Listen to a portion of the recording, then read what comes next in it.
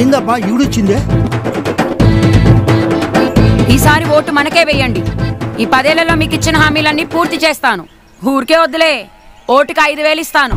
సరేనా? ఎందుకు వేయాలి ఓటు? బెంజి కారులో తిరిగి బోర్ కొట్టినాదా? రేపు పొద్దున మా ఓట్లతో గెలిచి రోజ్ రాయిస్ కార్ కొనాలనా? బాగా చెప్పినావు. వెళ్ళమ్మా. ఎందుకు వేయాలమ్మా నీ కోటు? టూర్లు తిరిగేదానికా? ఒక ఫ్యాక్టరీ లేదు, ఒక ఉద్యోగం లేదు, కరెంట్ ఛార్జీలు తగ్గించింది లేదు, రోడ్లు వేసింది లేదు. మరి నువ్వేం చేసావు ఓటు వేయాలి టైం రానే? గాలి బాణానికి ఓటేసి గెలిపించుకుంటే ఎంత మంచి జరుగుతుందో మాకు తెలుసు. వెళ్ళమ్మా. Driver madam. కార్తీ. సరే మేడం. Bye bye bye. అమ్మా, ఈ రాష్ట్రం నుంచి పరిశ్రమలన్నీ పోయినాయి, నా ఉద్యోగం కూడా పోయింది. వచ్చే నెల నుంచి నిన్ను హాస్పిటల్కి తీసుకెళ్ళలేనమ్మా, నన్ను క్షమించు.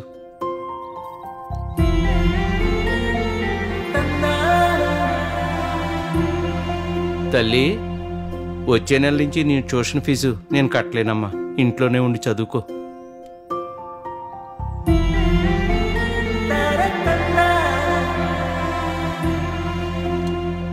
కుమారి.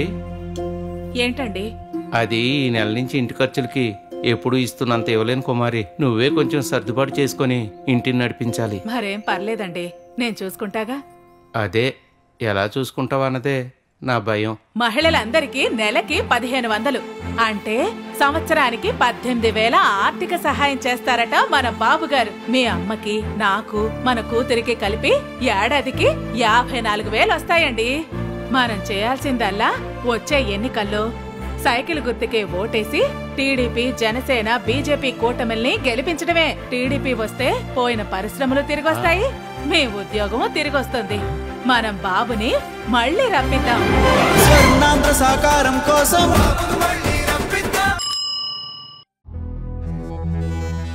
ఇదిగో అక్క, నీ పేరు రాజేశ్వరి, మీ ఆయన పేరు బాబురావు. ఈ 5 ఏళ్ల జగనన్న పాలనలో మీకు, మీ కుటుంబానికి అమ్మ ఒడి ఆటో నేస్తం పథకం కింద 1,02,000 రూపాయలు లబ్ధి చేకూరింది. ఈసారి కూడా తప్పనిసరిగా మన జగనన్నకు ఓటేయాలా? ఒక్క నిమిషం ఆగండి అక్క. టీలు గట్రా ఏం వద్దులేక.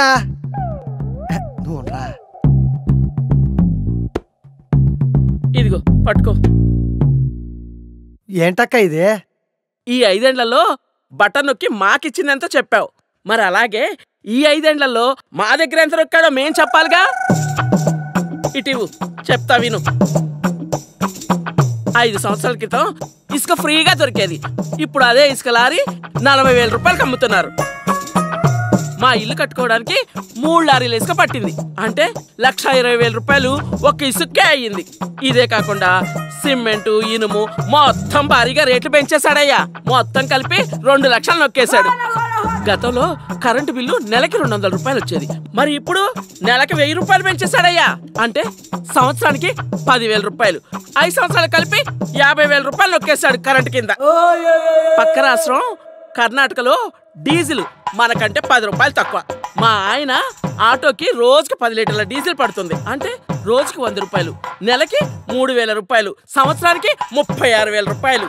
అంటే 5 ఏళ్లకు కలిపి 1,80,000 రూపాయలు నొక్కేశాడయ్యా మళ్ళీ డీజిల్ కి.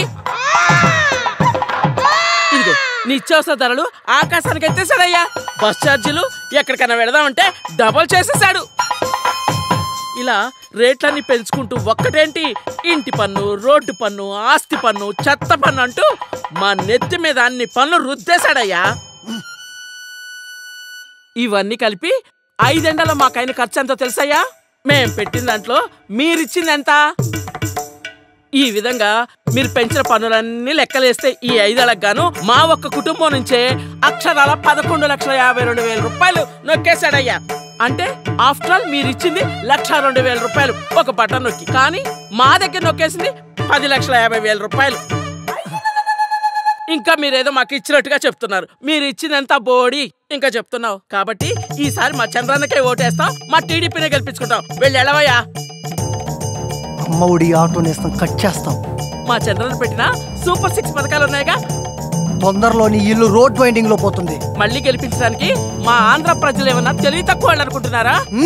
వచ్చేది బాబే, ఇచ్చేది బాబే.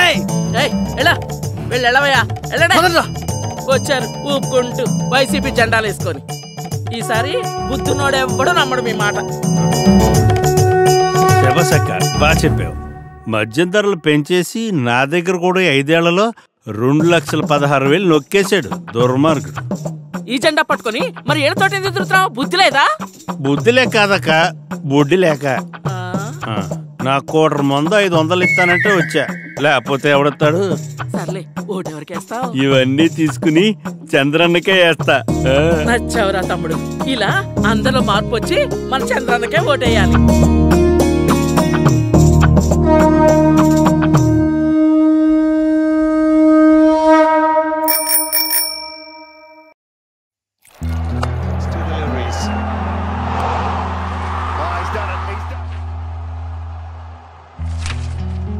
బాబు చాయ్ తీసుకోండి.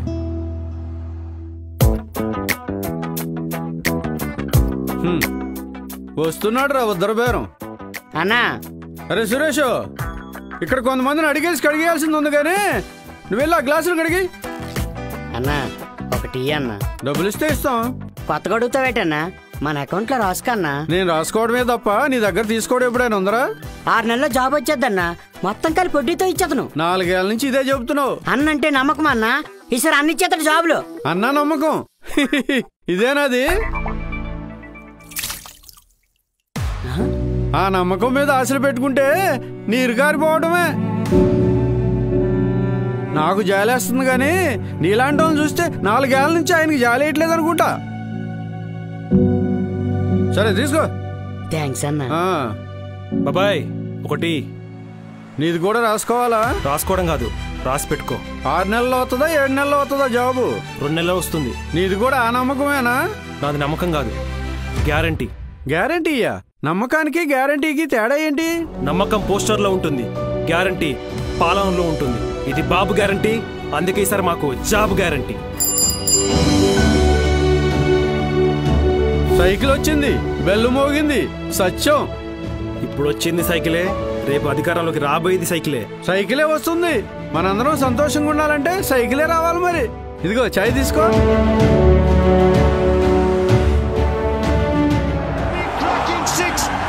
బాబాయ్ అక్కడ 6 ఏమో, మన బాబు గారు సూపర్ 6.